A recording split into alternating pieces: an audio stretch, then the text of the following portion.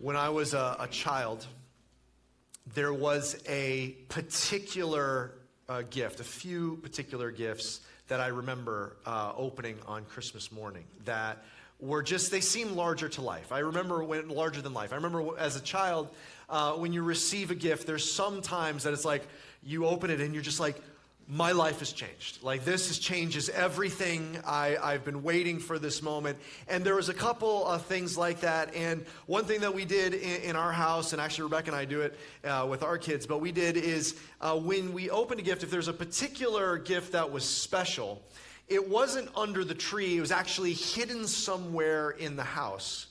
And when we opened it up, it wasn't the gift, it was a clue to the gift.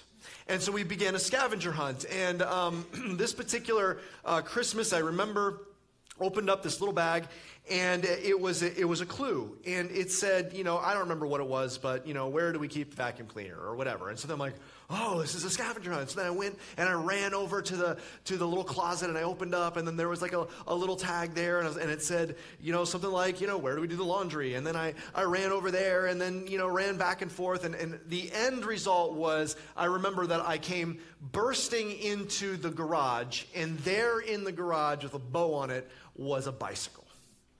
And that was, I remember, and that year, that's what I wanted. I felt like I had a little kid bike that had these training wheels on it, and I wanted like a bike that, made me feel like a man, and I wanted, I looked at it and had like the tread on the tires was real knobby. I felt like it was like an off-road bike, and I was going to have my freedom riding around in the neighborhood. And I remember the anticipation with every note, like running around the house. And I've seen that with our kids. Rebecca and I've seen that when we've done that, under the tree, they've opened up and it's just a note. And then they run to the other note. And with each note, there's more anticipation. It's like they run even faster. Oh, now what's going to happen? And it's like it becomes like a stampede back and forth around the house until they find it. And kids are amazing. Like their sense of wonder, like their eyes get big. They literally, as children, they jump up and down. Like they actually jump, okay? It's not just like figurative. It's literal hopping. They'll cheer, like it's incredible the wonder they have. And I was thinking about that, and I was like, back to that time when I had a bicycle. That was one of two significant bicycles I got in my life. And I was thinking about that, and I was thinking, what would happen if Rebecca gave me a gift, and as this year, and she sent me on a scavenger hunt. I'd open it, I'd get the first note, and I'd be like, is there a way that I could do this while sitting on the couch? Like, are all the other clues, within reach? Because I got my coffee here, the cushion's in the shape of my body. It'd be nice if I could just stay here. Because the reality is, I run really for one of two reasons. I don't run to find clues. I run out of terror because something's chasing me. Or I run in shame because, for instance, I ate 2 pieces of pie on Thanksgiving, and I run to the store to get more whipped cream. Okay, so those are the only 2 reasons I might run, okay? I'm not going to run in anticipation. And in fact, the longer I run as an adult, the more I'm like, could we just get to the end of this? I don't need another clue. Okay, there's something about adulthood. The older you get, life has a way of kind of wearing down the wonder. And when we're kids and we're thinking about Christmas morning and everything's larger than life, adulthood has a way of kind of wearing down the wonder a little bit. A piece of that, is maturity. A part of that is leaving naivety behind and being wise to the way of the world. But not in the case of our spirituality. Because Jesus himself said, to enter into the kingdom of heaven, we enter like a child. So how do we recapture that part of our faith? We're going to look in this season at a part of the Christmas story. And it's a piece of the Christmas story that's not the centerpiece part. The centerpiece part is Mary and Joseph and Jesus. But there's another part of the story that's happening at the same time. That's part of it. It's a necessary part of the Christmas story. And it's a part of the story that helps us recapture our wonder.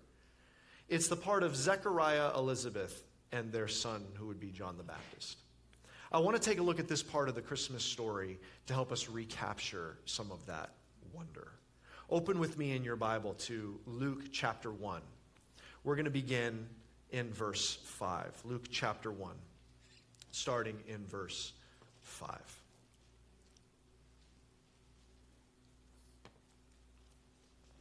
Here's what it says. In the days of Herod, king of Judea, there was a priest named Zechariah of the division of Abijah, and he had a wife from the daughters of Aaron, and her name was Elizabeth. And they were both righteous before God, walking blamelessly in all the commandments and statutes of the Lord. But they had no children because Elizabeth was barren, and both were advanced in years.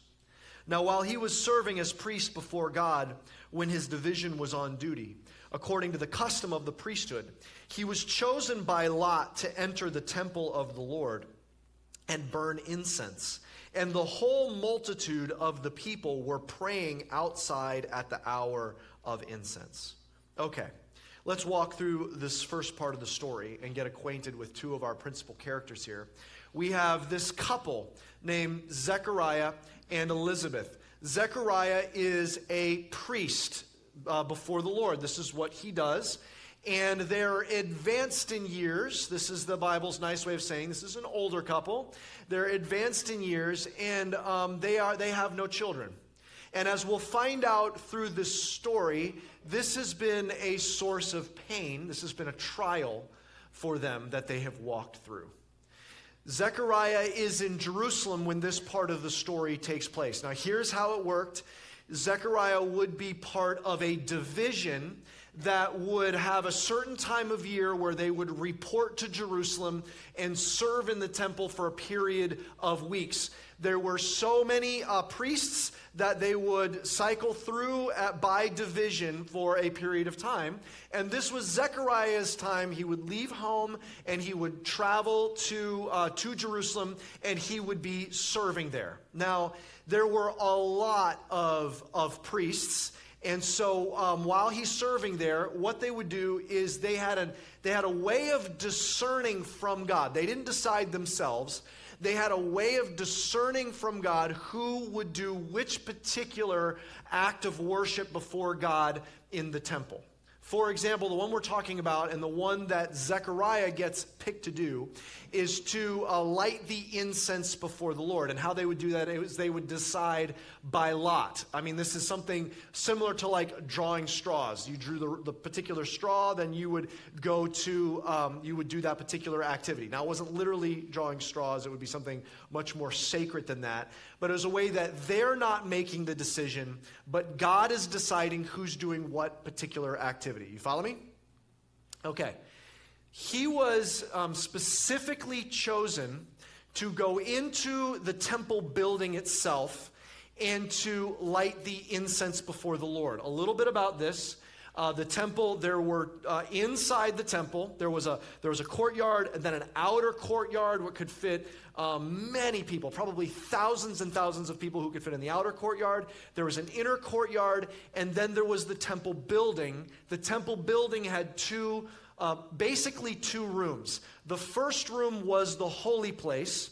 That's where they would go in and do these activities. There was a lampstand, like a menorah inside there. There was a table where they would daily bring bread, showbread before the Lord. And then really kind of at the climactic point of the holy place, as you're going to the back of the holy place, there was an altar for incense. And right behind that altar was this very thick, dramatic curtain. It would go very high all the way to the ceiling and all the way to the floor. And behind that curtain was what was known as the Holy of Holies. And the Ark of the Covenant was in there, and the tangible presence of God was in there. You never, if you're a priest, you would never go into the Holy of Holies without, for fear of being, according to the commandment of God, struck dead by the presence of God. The only time anyone entered in there was the high priest once a year. There's a series of rituals that they would do to enter into the Holy of Holies on the Day of Atonement, and had a specific ritual they did there at the Ark of the Covenant. But they would never, you didn't just saunter into the holy place, and certainly not the Holy of Holies, like we might come into the auditorium of a church. They would never do that. It was a different paradigm. Zechariah gets picked by the Lord to light the incense. The incense would be placed there on the altar. The altar was actually similar size to this. It was about 3 feet tall. It was about 18 inches wide. It was decorated like a Minecraft block right there in the temple. That part's not true. But he would go in, and right before the curtain, he would light the incense. The hour of incense was twice a day, once in the morning, once in the evening, and the idea is that incense would then, because of that lighting, day after day after day after day, morning and evening, it's continually going before the Lord. There's constant incense burning before the Lord. Well, the multitudes gather at these hours to pray, as it said in this text. They're coming together at this very moment for the lighting of the incense. Now, they can't see what's happening. It's happening inside. They're on the outside. Why are they gathering? Because in the Bible, it talks about, there's a beautiful psalm about this. It's talked about this in the New Testament in Revelation. But it compares our prayers to incense before the Lord, perpetually before the Lord. So very likely, this crowd is there knowing that the incense is being lit inside the holy place. And they're offering their prayers before the Lord. Now, you're Zechariah. There's a lot of priests. You get selected for this job. Imagine the drama of it. Scholars say there's so many priests. This doesn't happen all the time. This doesn't even happen every year. This may happen one or a couple times, if at all, in your lifetime that you get selected for this task. So this is a major day in Zechariah's entire life. Like if Elizabeth didn't travel with him to Jerusalem, when he went back, he would say, "You'll never guess. I got picked to do the incense." She'd be like, "Oh, wow, what was that like?" He's like, "Yeah, I wondered if I'd ever get picked." I mean, this is the kind of idea.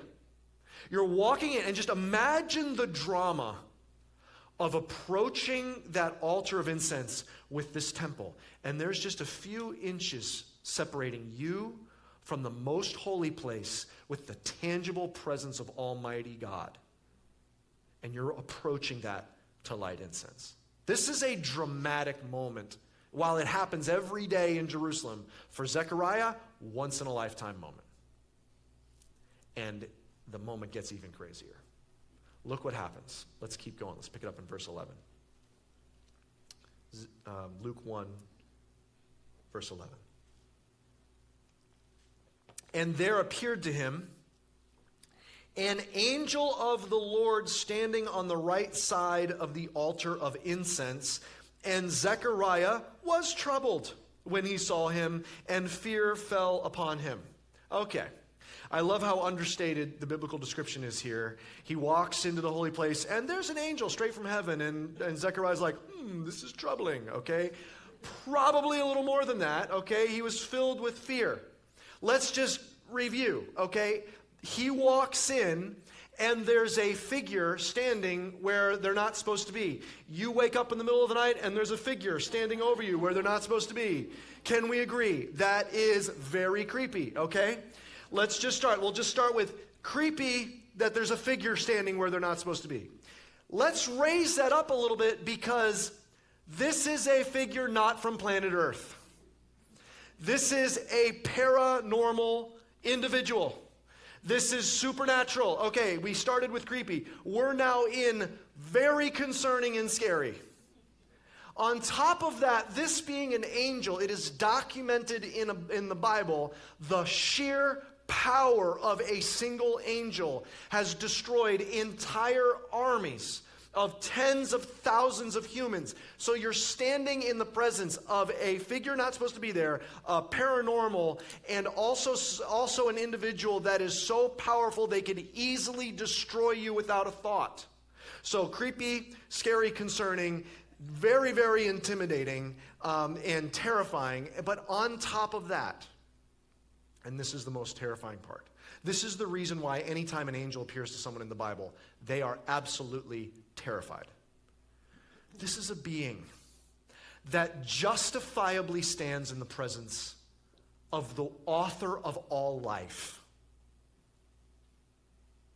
Zechariah can't go behind the curtain. The angel stands in the throne room of heaven.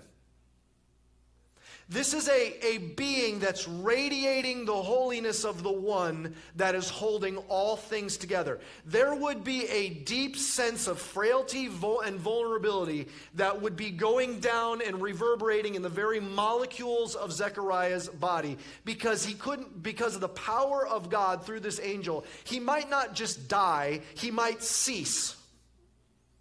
Like there's a level of terror here that's hard for us to understand. Zechariah is standing and an angel is there by the altar of incense. Why is the angel there? What's he going to say? Let's keep going. We'll pick it up in verse 13 because it's pretty incredible. But the angel said to him, "Do not be afraid. Do not be afraid, Zechariah, for your prayer has been heard.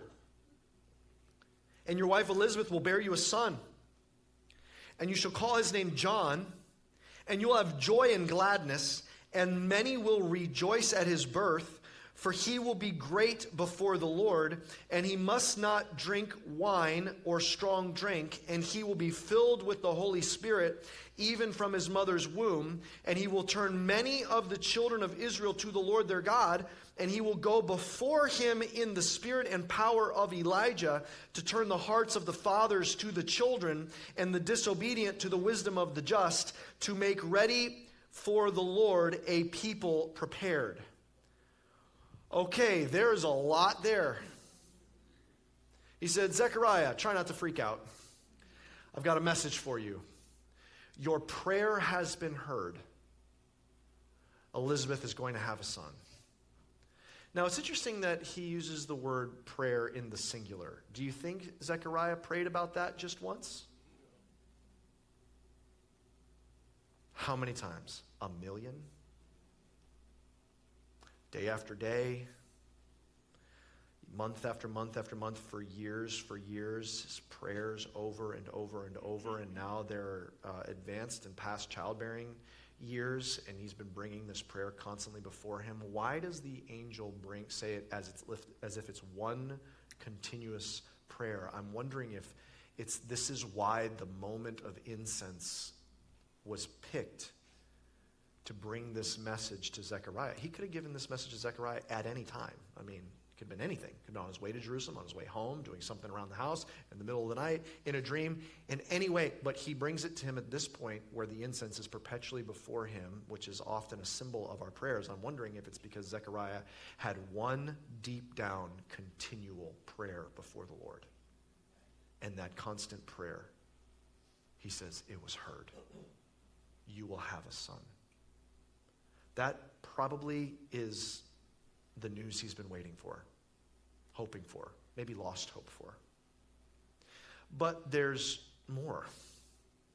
He says he will be great. And then it has this space where it says where he says he shall not touch alcohol. It's this part in there. And this is about the Nazirite vow. And it's pointing back to something. The fact that this son is going to be born to them in their advanced age makes this a miraculous birth. And so it's not just a gift. That means that their son is going to be a significant person. And there is a heritage of miraculous births in the Old Testament. And he's saying that your son is going to rank among them. So you think about, who are some of these miraculous births? Isaac, Jacob and Esau, Joseph, Samuel, and in one in particular, it seems like it's hinting towards is one of the judges named Samson, also a miraculous birth, and one that was called to a Nazirite vow, very similar to John the Baptist. Who was Samson? Samson was someone that was raised up to be a deliverer for Israel. So he says, not just you're going to have a son, but there's going to be a great son, and there's been a reason for this miraculous birth. He's going to rank among the great ones of the Old Testament. But there's more. He says what specifically he's going to do, and this angel rattles off these phrases that if you've been journeying with us through the fall, through our study in Malachi, may sound familiar to you. Because the Old Testament closes out with the final prophetic word in Malachi, promising that a prophet will rise up that will return the children of Israel back to God, will turn them back to God, will rise up in the spirit and power of Elijah, and will turn children back to their fathers, preparing a way before the Lord. It's just walking through the promises of Malachi. Not only is this a son that will rank among the greats of the Old Testament, this is the prophet they are waiting for and have been waiting for 400 years since the last prophetic word in the Old Testament. Why are they waiting for this prophet?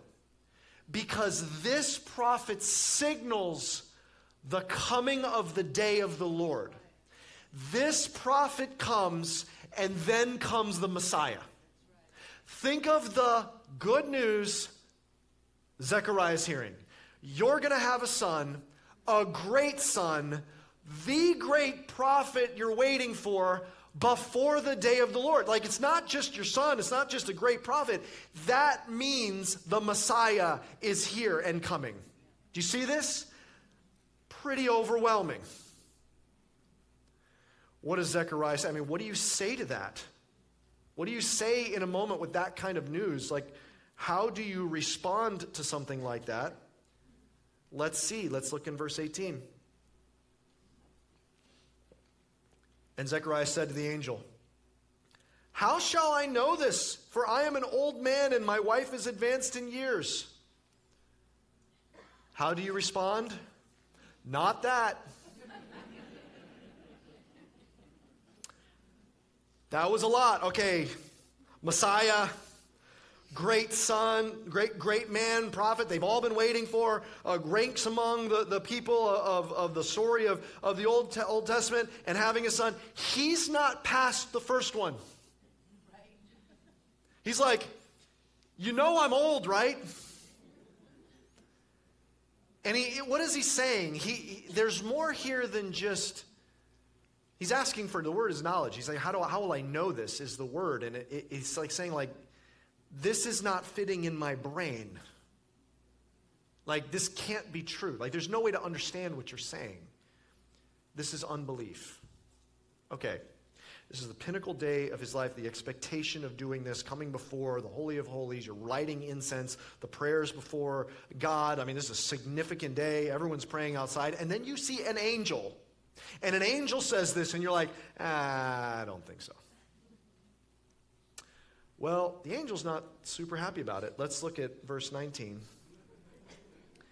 And the angel answered him, "I am Gabriel. I stand in the presence of God, and I was sent to speak to you and to bring you this good news. And behold, you will be silent and unable to speak until the day that these things take place, because you did not believe my words that will be fulfilled in their time." He says, okay. I think he paused for a minute. Like, I think he just stood there looking at Zechariah, and I think Zechariah was like, I wish I hadn't said that. And the angel says, "I am Gabriel. I stand before God, and I brought you good news. You didn't believe it, so until this is fulfilled, you will be silent and unable to speak."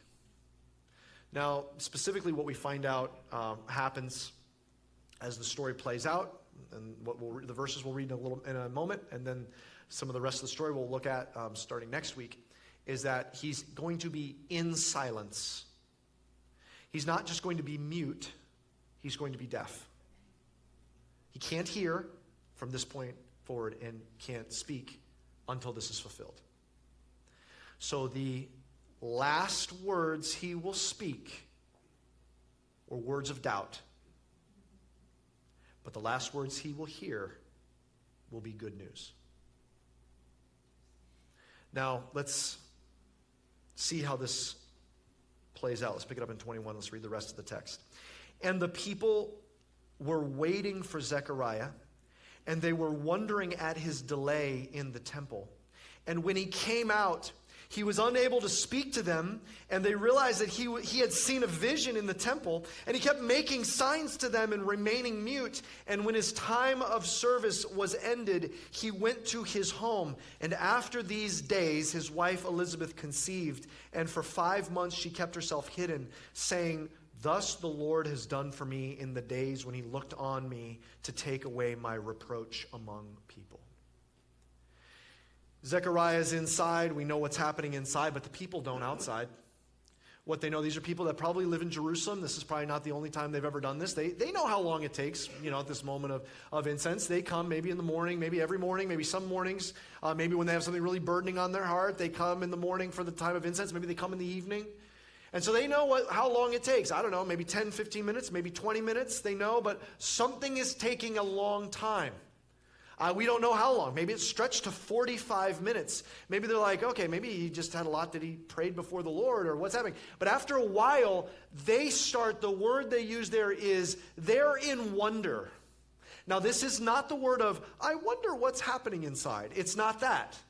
It's an awe is starting to come over them where they're realizing this is taking a long time because something significant is happening inside. They don't know. They don't see an angel. They're not hearing this word from the Lord. They don't hear this news. They're not hearing this word. But they already, because they're there with expectancy, are already anticipating in wonder something is happening inside that's significant. And then can you imagine what happens? Zechariah comes bursting out.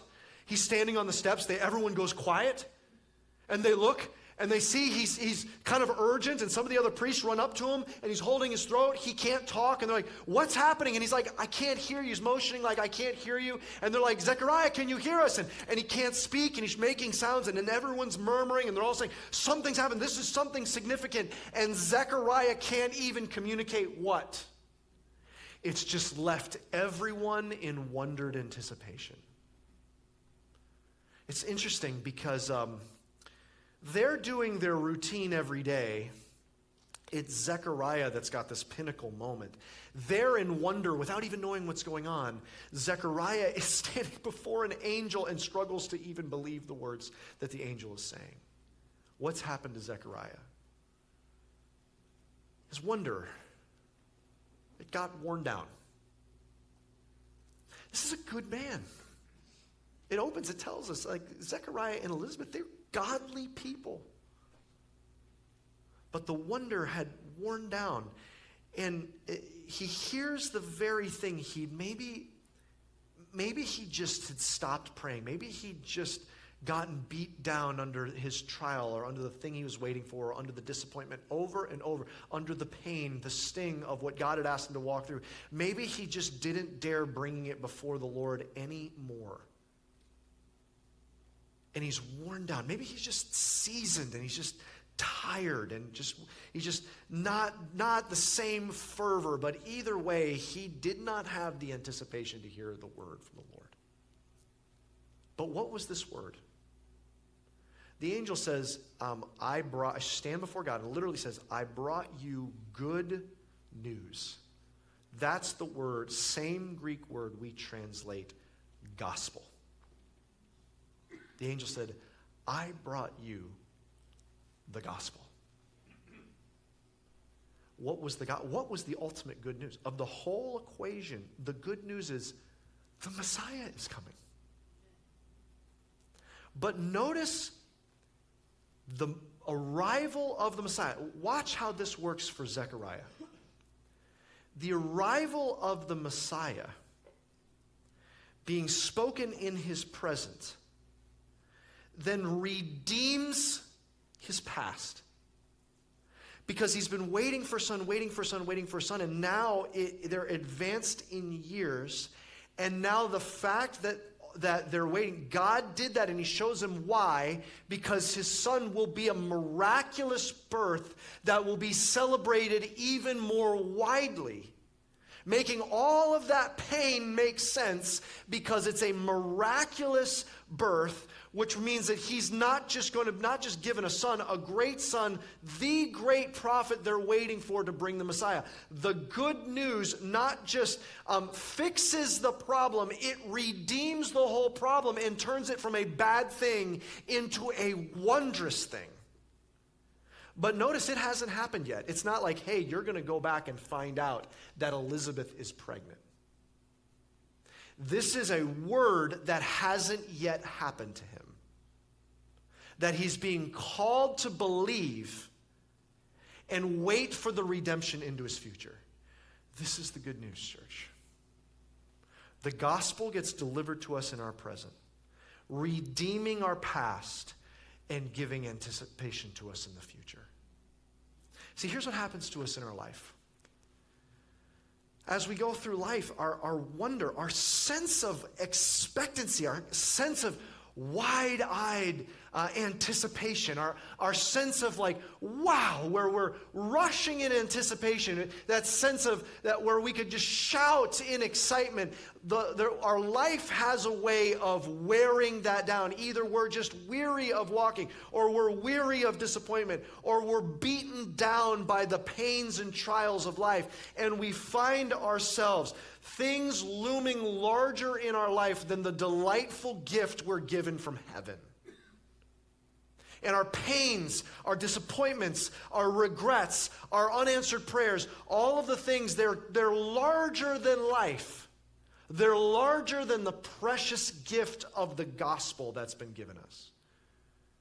Do you know what the good news is that we pause and reflect every year? It's for unto us a child is born. Listen, if you think that Christmas is just a great time to get a little more religious, that's not good news. That's not what this is about. Jesus is not a doctrine. He's not a concept. He's not a religious leader that you model your life out of. Jesus is the gift. Jesus is the Messiah. Jesus is the personal Savior that transforms everything into your life. The gift of Jesus into our lives, now when we receive him, when we reflect on him, when we are reminded of him, when we worship him, the gift of Jesus, the gift of the gospel, it makes us look at all of our life, and now we know that we've been repositioned before God as his sons and daughters, and because of Jesus, we look back at all of our life, and none of that will be wasted. It's redeemed. It's made into something beautiful. It's made into something even more glorious than the lows and the pains were painful. Because of the work of Jesus. It's the greatest possible gift that floods into every part of our life. It's a gift given to us that we embrace and we cling to in the present, redeeming our past and giving us expectancy into the future of our life. That means that we don't know when the redemption's coming. We don't know how it's coming, but we know that that is coming into our life. Our future is under the control of a good God, and that stretches into all of eternity. Millennia after millennia, millions of years after millions of years, in the glorious presence of God. That is the gift of Jesus that we've been given. Do you believe that, church? That's the gift. So here's the question. Has life worn down our wonder?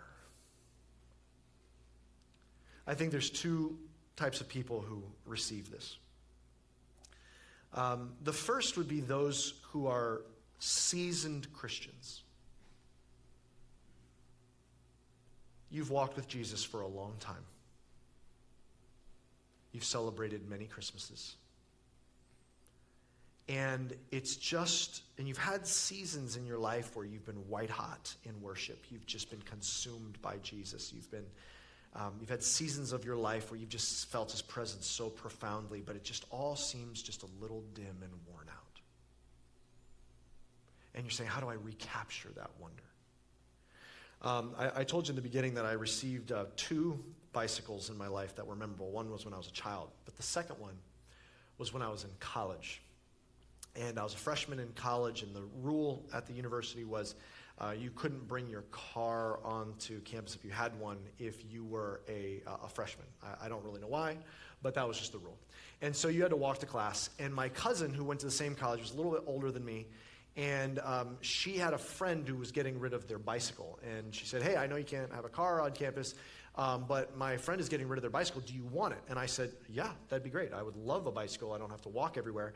So she said, okay. So I get the bike, and I start riding it. Now, what I didn't know, and I'm choosing to believe my cousin didn't know, but it's a little iffy for me, a little suspicious, is that the bicycle was actually broken. And so when you rode it, at first it seemed great. You're pedaling it. But whenever you stopped pedaling and you just coasted, without you knowing, the chain popped off. So I'd be coasting, and you're a freshman in college, you're trying to look good, you're trying to look cool, so I'd be coasting like, hey, how you doing, and just kind of coasting. And then when I start pedaling again, nothing's happening. And slowly the bike's like slowing down. And if once a bike starts, slowing down. And so the first few times, I'm in the middle of campus halfway to class and just keeling over, and my bicycle making a fool of myself, okay? And so I didn't know much about bikes at that time. And so I just thought that had to stay like that. I don't know why I didn't try to fix it. But what I'd have to do is I'd have to furiously pedal halfway to class. So then I coasted the rest of the way and hopefully just got there right in time, okay? But the bike was broken. And then what happened was the moment you stopped pedaling and coasted, things started breaking down. And there's something about the Christian faith that we can be white hot and we can be on fire, but there's a point in time, and it's a number of things, but we kind of gets in our brain where we kind of hit a place and we just start coasting. But the Christian faith is never meant to coast. It doesn't work. I've since found out from people many years later that that's actually a really easy fix on a bike. Probably less than 5 minutes. You just, tighten the thing a little bit, and, it's really, really easy. If you're a mature believer, the Bible gives very easy instructions when we lose our first love. It says, go back to the things you did at first. You can't coast. We're following Jesus, and it's an adventure. It's never routine. We seek him with all our might. And sometimes I'll watch believers that get to this place where it's I'm kind of there. I don't know really. I've served on church, maybe been on a church staff before, or I've been a group leader, or I've been in different offices and positions in church. I've been there, done that. I've served. I've done all of it, and then they coast, and then they just kind of. It's like they've got spiritual tenure. They're just kind of I'm just kind of here, and I'll stay there. But that's not the way it works. And so sometimes it's they used to go to church every Sunday, but then it was I'll go every now and then I'm busy and this is going on. And I'm still fine. And then they're I'm still doing my devotions, and they kind of get up and they have their prayer time and they read the Bible, and there's seasons where that's just white hot, but then they're kind of do I really have to do it every day? And then they slowly stop doing it. And they were serving, but then they don't. They were giving, but then they kind of back off from that. And they were in relationship, and they kind of back off. And all of these things that they were on fire doing, they just kind of start coasting. They're not seeking after the Lord furiously. And as they coast, they don't necessarily always put it together. But things get wobbly. Maybe if that's you, believer, it's time to get back on and start pedaling. Go back to the things you did at first. And ask him to let you recapture the wonder. To awaken your heart again with the gospel. Like it was at the very beginning. But for some, there's another group, and maybe there's part of the Zechariah and Elizabeth where they're seasoned believers struggling with wonder. Maybe that identifies with some. But for others, the part of Zechariah and Elizabeth that resonates is they've walked through pain. And this is a group that maybe you're a believer and you're just struggling with the Lord. Maybe for some, you've walked away, or you're kind of deconstructing, or you're just like, I'm not sure what I believe anymore. I'm not sure what I believe about church or people. I've been hurt. Or maybe you say, maybe you're here and you're seeking, and you just say, look, this is why I'm not even sure what I believe about God anymore. And you say, I've walked through pain, and that's why I don't have the wonder, the anticipation, the expectation. I'm jaded. I'm not expecting good. I don't have hope. I'm expecting bad and pain and hurt and disappointment. Can I call you back in this moment to believe and to join this moment with Zechariah, where the good news of the gospel, it's not completely fulfilled and redeemed in every way yet, but you receive the gospel in hopeful, believing expectation that it's going to redeem your past, transform your future into all of eternity. You say, how could I trust a God that has allowed me to walk through what I've walked through? Because remember the gospel. The gospel that Zechariah received, the good news started with, you're going to receive a son. And that marks the coming of the Messiah, which will be God's son that he gives up. Zechariah receives a son to mark the fact that the Father will give his son up, his son Jesus Christ, to be crucified for our sake, for our salvation. And you say, well, yeah, but the Father received his son back. Jesus rose from the dead. Yes, he could.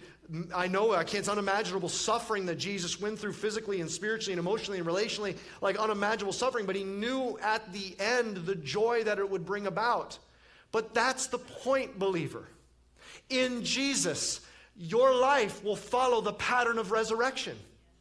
The pattern, that is what's so precious of the gospel, that puts that pattern over your life. That as low as the lows are, they cannot compare with the highs of the glory that's coming to you. You have the pattern of Jesus over your life and resurrection. Do you believe this, Christian?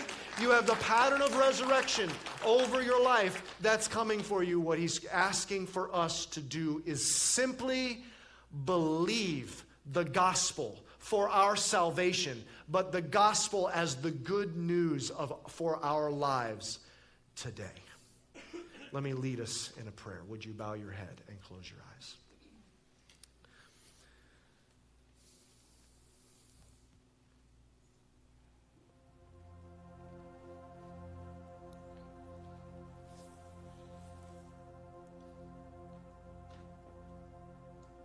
Can you take a quiet moment before the Lord?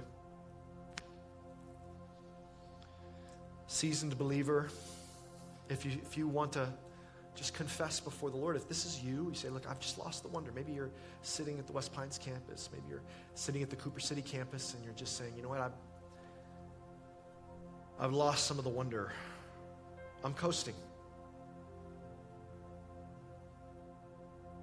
But you say, I'm turning from that. I'm repenting from that. I'm back on. I'm going to return to the things I did at first. Just confess that to the Lord and ask the Lord to make this season a season where you're speechless before him in wonder. Maybe you're here and you've got pain. Ask him, say, God, I believe, help me with my unbelief. That I believe that redemption and resurrection is coming. But maybe you're here and you say, this is why it's been hard for me to take a step of faith in Jesus. Maybe surrender to him today. Maybe you say, today's the day I'm going to surrender to him and put my faith in Jesus. If that's you, then just silently in your seat, just make this your prayer. Just silently say, Jesus, I surrender to you. I don't have all the answers to my questions, but I believe. I believe in you, Jesus. I believe in the resurrection. I put my faith in you. You're my Messiah. And I'll follow you. In Jesus' name, amen. If that was your prayer just then, here's what I want you to do. if you're watching online, I want you to go to cityrev.org/faith because we're going to mail you a Bible. Just grab your phone and do that. If you're here, before you leave, at the end of our service, go to guest services in the front lobby. We're going to put a Bible in your hands. Just say, hey, I put my faith in Jesus. We're going to give you a Bible as our gift. Also, if there's something you want prayer for, if you say, hey, I'm dealing with those disappointments, those pains, maybe there's something else going on. You say, hey, just help. I need prayer. Just lean on the body of Christ. All of those prayers to this day are incense before the Lord. Let your church family offer those prayers with you. You can come forward during our time of worship. But church, for the rest of us, we're going to close with a song. I'm going to invite you to stand. We're going to finish with a song and reflecting on who is the name above every name, who's the ultimate gift, and we're going to express our wonder and praise at the person of Jesus. Let's sing this together.